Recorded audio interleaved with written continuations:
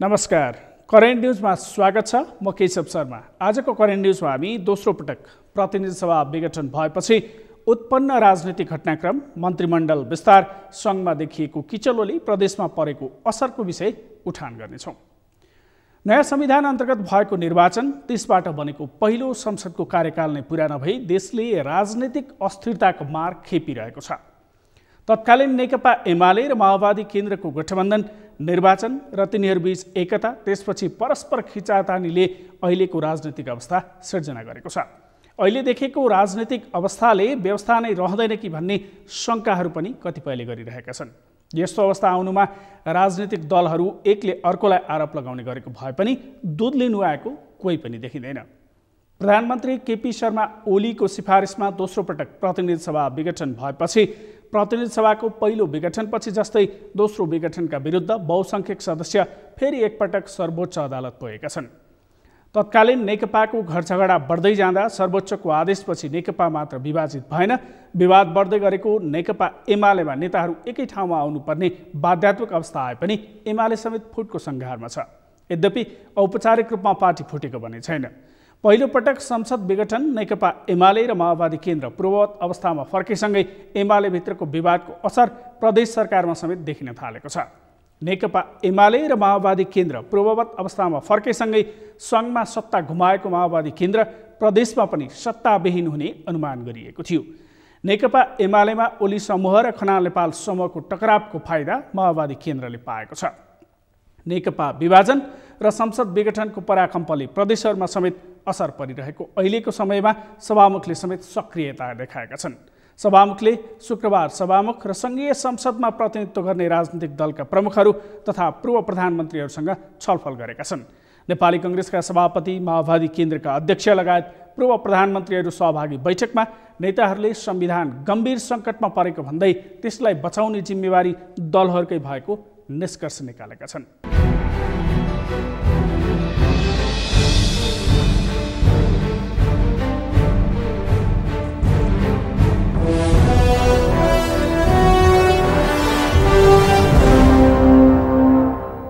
हामी सबैले देश एउटा गम्भीर सङ्कटमा नै छ। एउटा राजनीतिक रूपमा लोकतन्त्र धरापमा परिराखेको छ। पटक पटकको संसद विघटनबाट एउटा त्यो बारे साझा चिन्ता व्यक्त भयो। त्यसपछि अरू यो कोरोना महामारीको जुन यत्रो समस्या जुन चर्किएको छ, खोप लगायतको व्यवस्थापन हुन सकिरहेको छैन, यो विषयमा पनि हामी सबैको एउटै मत रह्यो। यो गलत हो, असंवैधानिक छ। सर्वोच्च अदालतको जुन पहिलेको फागुन 11 चाहिँ निर्णय छ त्यसको पनि विपरीत छ। त्यसपछि पटक पटक जुन ढङ्गले प्रधानमन्त्रीले हरकत गर्नुभएको छ, यो निरङ्कुशता, स्वेच्छाचारिताको पराकाष्ठा नै हो। त्यसैले हामीले 146 जनाले संसदमा सर्वोच्च अदालतमा जुन उपस्थितै भएर आवेदन दिएका छौँ, त्यस अनुरूपै चाहिँ निर्णय होस् भनेर नै हामीले भन्नुपर्छ। त्यो नै सही निकास हो भन्ने कुरा। यो अर्को निर्वाचन नभएसम्म, त्यसको चाहिँ उम्मेदवारी दाखिला नभएसम्मको अघिल्लो दिनसम्म सभामुखको पद चाहिँ रहन्छ।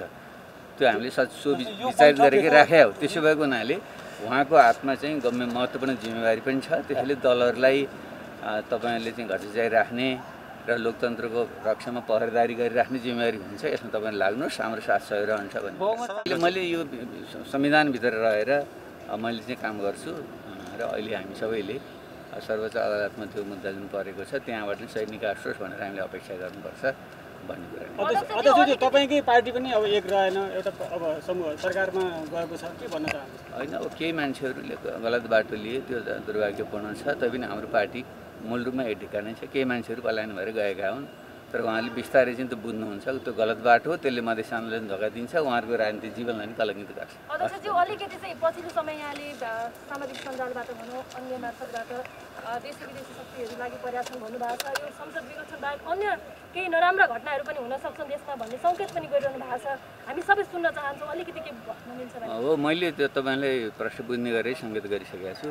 किनकि यो नेपालको यो जुन परिवर्तन छ, सङ्घीय लोकतान्त्रिक गणतन्त्रको संविधान नेपाली जनताले जुन बनाएका छन्, यसलाई मन नपराउने तपाईँको समाज जहिले पनि हुन्छ, यहाँ पनि छ र बाह्य शक्ति पनि छ। त्यसैले यो संविधानलाई मन नपराउने, यो परिवर्तन मन नपराउने शक्तिहरूले यो हाम्रो भित्रको आन्तरिक जुन अहिलेको कचिङ्गल छ त्यसमा खेलेर र गलत दिशातिर मोड्ने प्रयत्न पनि सङ्केतहरू छन्। त्यस निम्ति पनि हामी सचेत भएर देखा भएर बचाउँ भन्ने मैले चाहिँ आग्रह गर्छु। सर्वप्रथम त चाहिँ उहाँले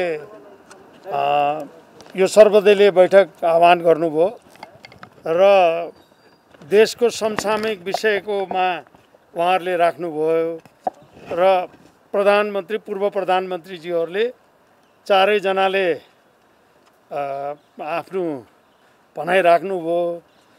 अब त्यो निचोड चाहिँ केही पनि यो सरसल्लाह गर्ने भनेर भनिएको हुनाले निचोड चाहिँ केही पनि निक्लेन। हामीले त विषय त त्यो यही संसद पुनर्स्थापना, संसद विघटनका त्यही चर्चाहरूमा चर्चा भएको थियो। त त्यसैले गर्दाखेरि अब हाम्रो पक्षबाट कोर्टमा भएको कुरालाई अहिले हामीले यहाँ छलफल नगरौँ भनेर राखियो। र अनि अर्को कुरा, नेपाली जनतालाई अब जब सबै नेताहरू यहीँ छन् भनेको अवस्थामा नेपाली जनतालाई खोपको व्यवस्था गर्नुपर्छ भनेर राखियो। र यो चाहिँ गिट्टी बालुवा भारत निकासीको लाई रोक्न पर्छ भनेर राखियो। विघटनबारे पूर्व प्रधानमन्त्रीहरूको धारणा के थियो हजुरको? विघटनको बारेमा अब मेरो त कोर्टको चाहिँ अन्तिम आदेश नआउन्जेलसम्ममा कुनै पनि धारणा रहेन र पूर्व प्रधानमन्त्रीज्यूहरूको पनि मिश्रित धारणा थियो। सभामुखज्यूको चाहना के थियो? सभामुखको चाहना अब त्यो सबैलाई जुटाएर फेरि पनि बस्ने चाहना थियो उहाँको। फेरि पनि बोलाएको भनेर उहाँले के भन्नुभयो त? सुरुमा विषय प्रवेश कसरी गर्नु? विषय प्रवेश अब यो अहिलेको परिस्थिति, अहिलेको राजनीतिक संसदमा चाहिँ विघटन भएको अवस्थामा के गर्दाखेरि उचित हुन्छ भन्ने कुरा नै उहाँहरूको थियो। प्रधानमन्त्रीको अनुपस्थिति, त्यसपछि अरू केही दलको नेताहरूको अनुपस्थितिबारे के छलफल भयो? केही पनि भएन। राप्रपा त विघटनको पक्षमै छ है? राप्रपा चाहिँ यो कोर्टको चाहिँ निर्णय नै अन्तिम निर्णय हो भन्ने पक्षमा छ। अब 25 जना चाहिँ उहाँहरूले ओलीजीले राखिसक्नुभयो। अनि अब त्यो सरकारमा जाने त कुरै होइन। र प्रस्ताव आएको भए तापनि प्रस्ताव चाहिँ आइसकेको छैन। आएको भए तापनि पार्टीमा छलफल गरेर निर्णय गर्ने हाम्रो परम्परा थियो। र अब यो पनि आजसम्म नि सरकारको निम्तो आएको छैन। सभामुखको भूमिका के हुने भन्ने त्यो चाहिँ चर्चा भएन।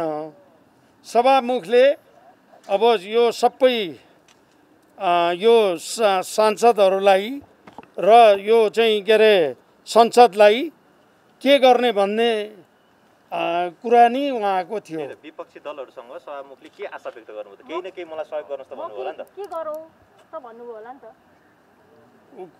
उहाँले त खासै केही भन्नु भएन। होइन, अहिलेको अवस्थामा यो अध्यादेश मन्त्री परिषदको विस्तार जस्ता विषयमा छलफल भयो भएन? भयो। त्यो चाहिँ गैर कानुनी हो भन्ने नै भयो। अब विभिन्न पार्टीकाहरूले त्यही चाहिँ गैर कानुनी हो भन्ने राखे।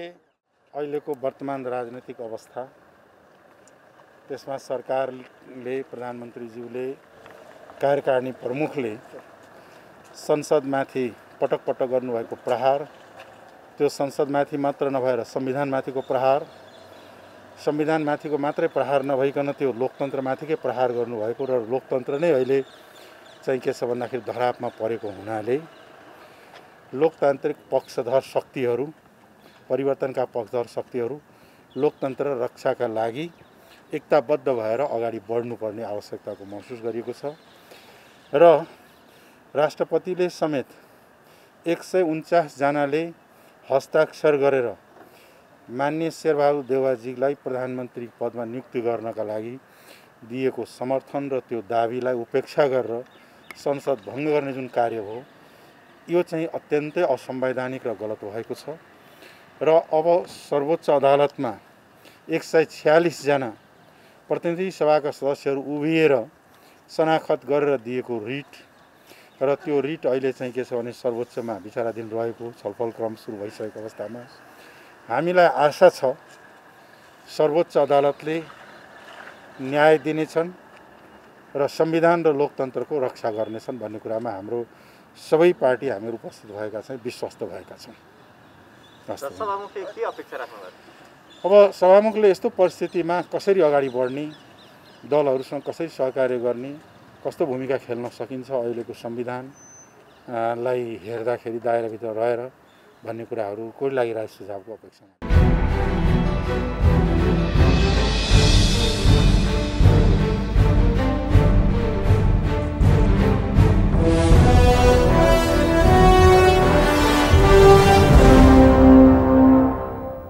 एमालेसँगको साझेदारीमा सङ्घदेखि 6वटा प्रदेशमा सत्तामा रहेको माओवादीलाई पूर्ववत अवस्थामा फर्किएपछि एमालेको समर्थन बिना सत्ता निरन्तरता मुस्किल देखिएको थियो। माओवादीले सरकारको नेतृत्व गरेका कर्णाली र सुदूरपश्चिम प्रदेशमा एमालेको समर्थन बिना सरकारको निरन्तरता सम्भव थिएन। तर प्रदेश 1 बागमती, गण्डकी र लुम्बिनीमा नेकपा एमालेलाई माओवादीको साथ अनिवार्य थिएन। संसदीय गणितले यस्तै देखाए पनि एमालेका 2 समूहको विवादको फाइदा माओवादी केन्द्रलाई पुगेको छ। यसलाई कतिपयले एमालेमा खनाल नेपाल समूह हाबी हुँदै गएको रूपमा बुझेका छन्।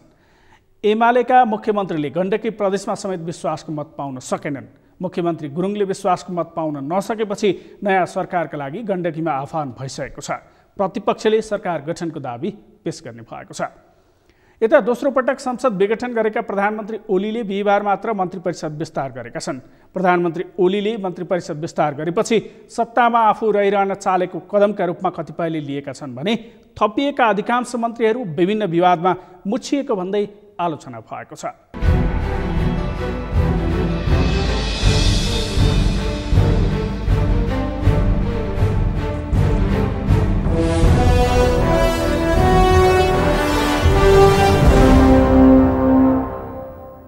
आफै काम चलाउ रहेका प्रधानमन्त्री केपी शर्मा ओलीले बिहिबार नियुक्त गरेका 7 मन्त्री र 1 राज्यमन्त्री मध्ये केही मन्त्री विभिन्न विवादमा मुछिएका मन्त्री रहेको भन्दै आलोचना हुन थालेको छ। पुनः मन्त्री परिषद विस्तार गर्दै 17 सदस्यीय मन्त्री परिषदलाई 25 सदस्यीय बनाउँदा प्रधानमन्त्री ओलीले फेरि पनि राज्यपाललाई नै प्राथमिकता दिएका छन्। तर पूर्व माओवादी खेमाबाट भने उनले अनौठा पात्र चयन गरेका छन्। नेपाल सरकारको प्रवक्ता समेत रहने सञ्चार मन्त्रीमा प्रधानमन्त्री माओवादी परित्याग गरी एमालेमा प्रवेश गरेका पूर्व गृहमन्त्री रामबहादुर थापा बादलकी श्रीमती नयनकला थापालाई नियुक्त गरेका छन्। उनलाई मन्त्री बनाइनुमा गृहमन्त्रीबाट हटाइएका रामबहादुर थापाको गुण तिर्न हो भनेर विश्लेषण गर्न थालिएको छ। रामबहादुर थापा एमाले प्रवेशसँगै उनले मन्त्री बन्ने अवसर पाइन्। पार्टीलाई सङ्कटमा सघाउनु भएको छ। प्रचण्डले अँगालेको बाटोबाट मुलुकमा परिवर्तन सम्भव छैन भनेर एमालेमा आउनु भएको छ। उहाँहरूलाई तिथिमिति के होला त्यो कुनै ठुलो कुरो होइन, टेक्निकल कुरा हो। तर हाम्रो पार्टीमा महत्त्वपूर्ण ठाउँ दिनुपर्छ र दिनका लागि हामी तयारै छौँ। यस्तै कृषि मन्त्री ज्वालाकुमारी शाह मन्त्री परिषदको 15औं नम्बरमा पूर्व माओवादीको कारबाहीमा परेर प्रदेश सदस्यबाट पदमुक्त भएकी सदस्य हुन्। पूर्व माओवादी नेता प्रभु शाह निकट नेत्री भनेर उनी चिनिन्छन्। पूर्व माओवादी समूहबाट मन्त्री भएका यी दुवै पात्रसँग मन्त्री परिषदमा बसेर काम गरेको अनुभव छैन। यता वन मन्त्री बनेका नारदमुनि राणा थारू संविधान सभा सदस्यको हैसियतमा प्राप्त रातो पासपोर्ट बिक्री गरेको अभियोगमा मुछिएका व्यक्ति हुन्।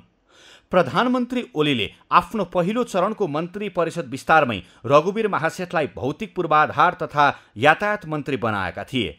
उतिबेला प्रधानमन्त्री ओलीले मन्त्रीहरूको कार्य सम्पादन मूल्याङ्कन गर्दा महासेठले सबैभन्दा कम नम्बर प्राप्त गरेका थिए। तर उनै महासेठलाई अहिले उपप्रधानसहित परराष्ट्र मन्त्री पद दिइएको छ। र उदेक लाग्दो कुरा के भने उतिबेला अयोग्य भएका महासेठ अहिले अचानक कसरी योग्य भए भन्ने कुरा प्रश्न समेत पारिएको छैन।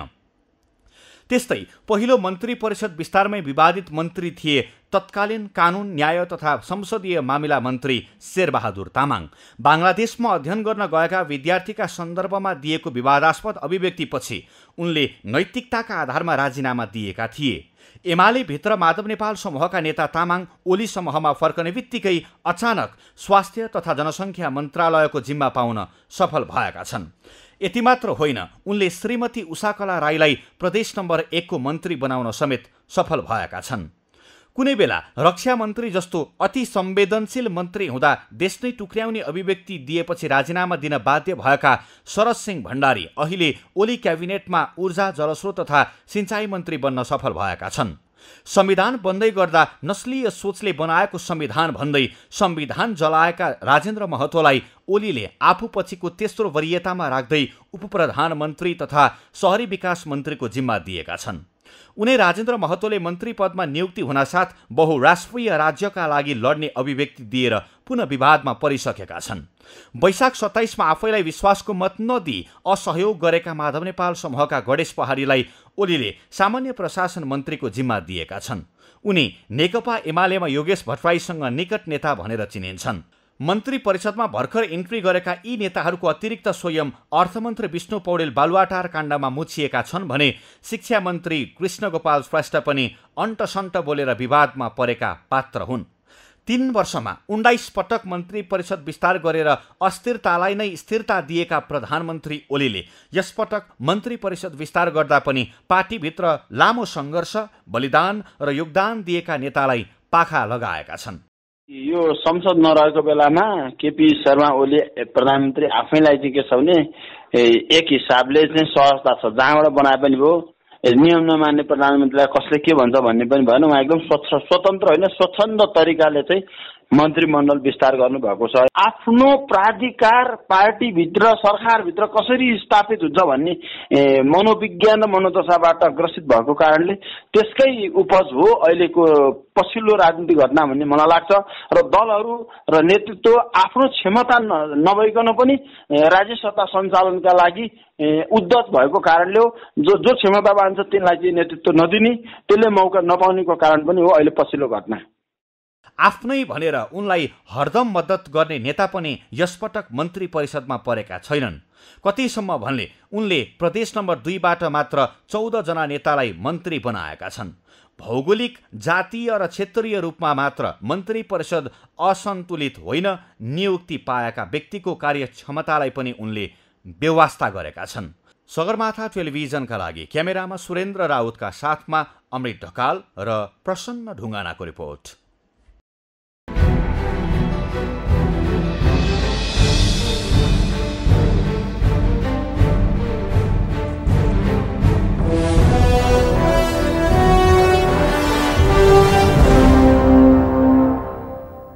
नेकपा नेताहरूको गुटवादी कार्यशैलीकै कारण नेकपा फुटेर एमाले माओवादी भएको छ। एमालेमा समेत विवाद आएपछि माधव ओली समूहमा विभाजित भएको छ।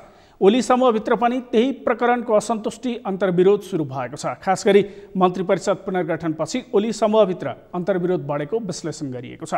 एमालेभित्र लामो समय राजनीतिमा लागेकाहरूलाई पाखा लगाएर सरकारमा अन्यलाई सहभागी गराएपछि ओली निकट नेताहरूमै असन्तुष्टि पैदा भएको छ। यसलाई कतिपयले खुलेरै व्यक्त गरेको भए पनि कतिपयले भने असन्तुष्टि रहेको भए पनि असन्तुष्टिलाई सार्वजनिक गरेका छैनन्। करेन्ट न्युजमा अन्य प्रसङ्ग बाँकी नै छन्। एकैछिन विश्राम।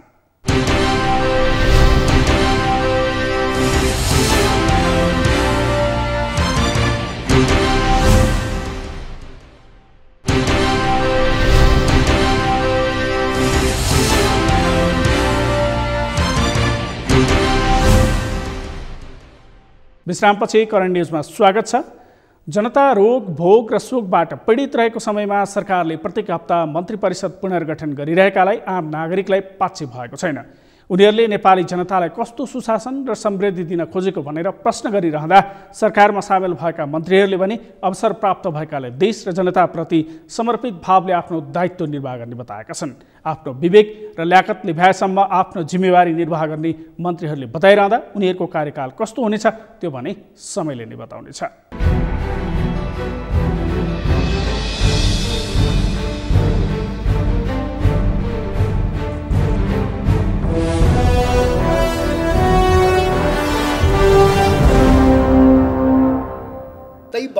अर्थपूर्ण देश और जनता के सेवा करे के लेल एहि पार्टी के लेल बहुत बड़का अवसर है।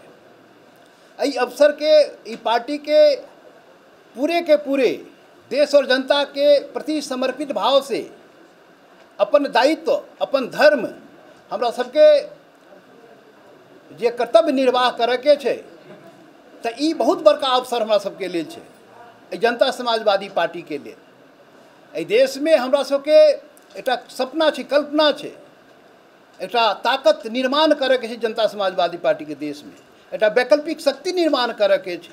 ओहि प्रक्रिया में अभी के सहभागिता इससे बड़ा बल पहुँचा रहा है और आगामी दिन में इससे और बल पहुँचते।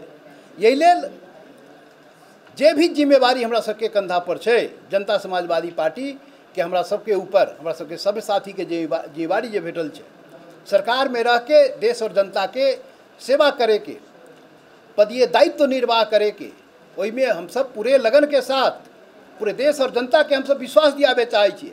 पूरे लगन के साथ जनता समाजवादी पार्टी जे दायित्व भेटल है हमरा सबके जनता समाजवादी पार्टी बहुत ही ईमानदारिता के साथ अपन जिम्मेवारी निर्वाह करते और देश के समृद्धि के लेल देश के विकास के लेल जनता के अधिकार के लेल लगायत जे भी जनता के आवाज़ है वही बात के आगाड़ी बढ़ावे के लेल जनता समाजवादी पार्टी समर्पित भाव से काज करते ये अपने सबके विश्वास दियाबे चाहे छी। और ये हमरा सबके जनता समाजवादी पार्टी के लेल एक बहुत बड़का अवसर है। यही अवस्था में देश के अवस्था देखिए रहा छे। यही अवस्था में हमरा सबके आगाड़ी बढ़े के छै और पार्टी के भी अपना मजबूत करे के छै। पार्टी के भी नम्हर पार्टी केना बनबे इहो काज करे के छै और देश और जनता के सरकार में रह के सरकार के दायित्व जे निर्वाह करे के छै सो हमरा सबके करे के छै।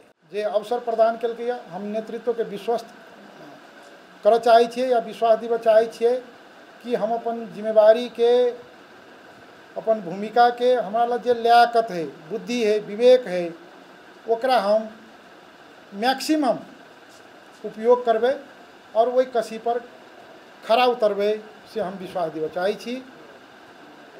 ये अपने के व्यक्ति के रूप में मंत्री तो हम अकेला भेलिएगा लेकिन ये सामूहिक अपने सब के बधाई है एहि दुआरे कि एहिमे ई सामूहिकता वाला अपने के ई लगे कि हमहूँ और मंत्री छिए तै प्रकार के अनुभूति करबे के लेल हम कोशिश करबे।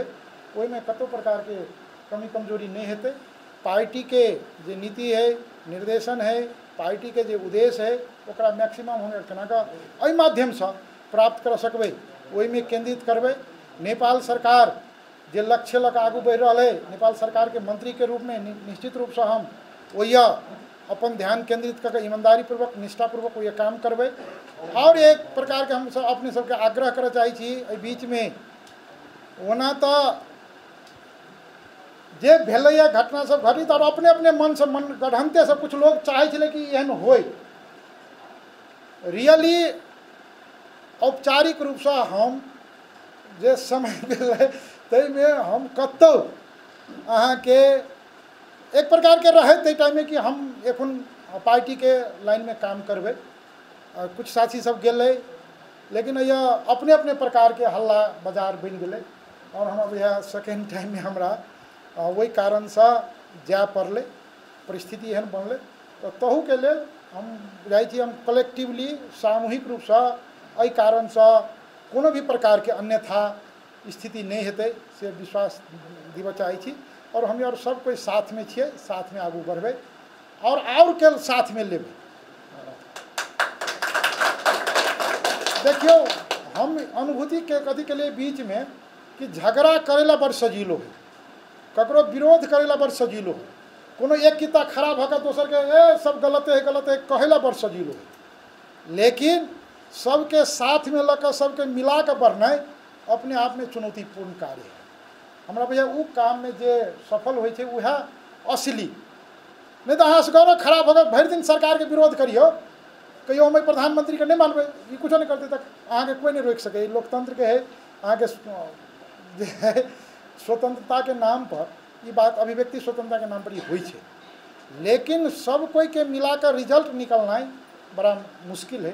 तो जै ढंग के नेपाल के राष्ट्रीय राजनीति तरल अवस्था में है और पार्टी के भीतर भी विभिन्न प्रकार के जो अफवाहें हैं, तो हम एखनो नेतृत्व से लगा संपूर्ण आदरणीय साथी सबसे ये आग्रह कर चाहे और हमार भूमिका रहते कि हमार पार्टी विग्रह से बेसी हमार पार्टी एक जगह केना रहते, वही में सब कोई अपना अपना जगह से सकारात्मक भूमिका खेल कर हमें और आगू बढ़े से अनुरोध कर चाहे।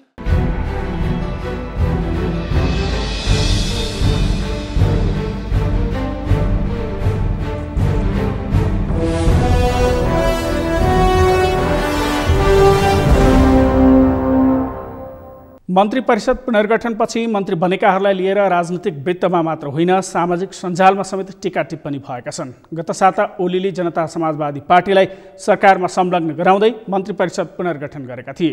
जनता समाजवादी पार्टीको एउटा समूह सरकारमा सहभागी भएपछि प्रधानमन्त्री ओलीले दोस्रो पटक मन्त्री परिषद पुनर्गठन गरेका हुन्।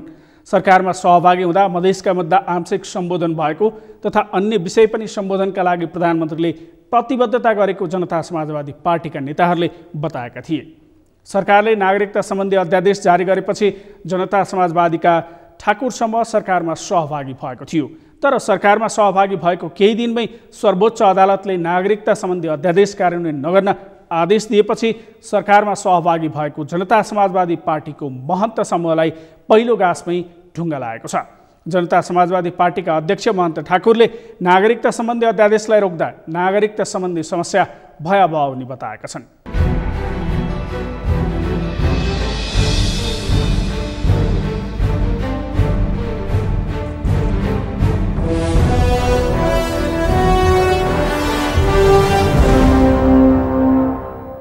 इसी अवसर पर आप देख रहे हैं कि नागरिकता का भी एक बहुत बड़ा समस्या हम लोगों के देश में है और अभी एक अध्यादेश उसके निकाला गया था जिसमें जो लोग छूटे हुए हैं उन लोगों को नागरिकता दिया जाए, लेकिन अभी सर्वोच्च अदालत का एक फैसला आया है कि ऐसे महत्वपूर्ण विषय पर जो है अध्यादेश, सर्वोच्च का कहना था कि कानून द्वारा होना चाहिए, सर्वोच्च का ही कहना था, लेकिन अध्यादेश भी तो कानून ही होता है ना। अध्यादेश कोई कानून से बाहर की चीज़ है सो नहीं, क्योंकि कानून एक नियमित प्रक्रिया से बनता है और 3 वर्ष से जो है नागरिकता संबंधी कानून जो है वो अटका हुआ है आपको प्रतिनिधि संसद में और उस पर अभी तक जो है कोई निर्णय नहीं हो सका है संसद के द्वारा। इसीलिए और दिन पर दिन जो है ये समस्या भयावह होता जा रहा है, क्योंकि लोग जो है रोजगार से वंचित है, उच्च शिक्षा से वंचित हैं, किसी भी तरह का जो है आप प्राइवेट ही निजी व्यवसाय में नहीं लग सकते हैं क्योंकि लाइसेंस की आवश्यकता होती है, बाहर जाना जो है कठिन है। तो कानूनी रूप से जो है ऐसे लोगों का राज्य से संबंध नहीं होता है। राज्य से संबंध नहीं होने के कारण वो राज्य से पाने वाले किसी भी तरह के सेवा सुविधा से जो है वंचित है, क्योंकि हमारे जो अभी तक नागरिकता नहीं पाए हैं वो लोग वंचित हैं। तो ये विषय पर भी हम सबों को ध्यान रखना है कि कैसे जो है उन लोगों को जो है इस अवस्था से नागरिकता दिलाकर जो है मेन स्ट्रीम में उन लोगों को लाया जाए, क्योंकि वो लोग शिक्षित नागरिक हैं और नागरिक न होते हुए भी सामाजिक और आर्थिक जीवन में जो है व्यक्तिगत रूप से वो लोग जो है अपना योगदान देश को दे ही रहे हैं, लेकिन औपचारिक रूप से वो कुछ भी उनका कानूनी अस्तित्व न होने के कारण औपचारिक रूप से कोई भी सेवा सुविधा राज्य से नहीं पा सकते हैं। ये कठिन परिस्थिति है और सामान्यतः जो है जब नागरिकता का प्रश्न उठता है तो सिर्फ मधेश की तरफ जो है उंगली उठाई जाती है, लेकिन इस बार ये प्रश्न हो गया है कि जो समस्या आपको मधेश में है वही समस्या संपूर्ण देश में, पूरे देश में है। जगह जगह जो है नागरिकता विहीन लोग हैं जो कि चाहते हैं कि उन्हें नागरिकता मिले और सरकार से मिलने वाले सेवा सुविधा से वो भी वंचित नहीं हो।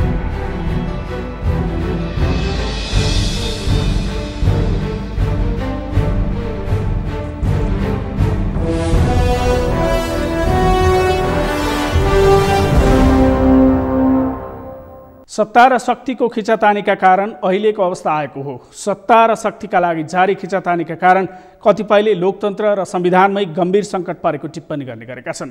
विपक्षी दलहरूले प्रधानमन्त्री ओलीमाथि आरोप लगाइरहँदा ओलीले विपक्षीहरूलाई दोष दिने गरेका छन्। दोषी जो भए पनि राजनीतिक खिचातानीको मार भनी आम मानिसले बेहोर्नु परेको छ।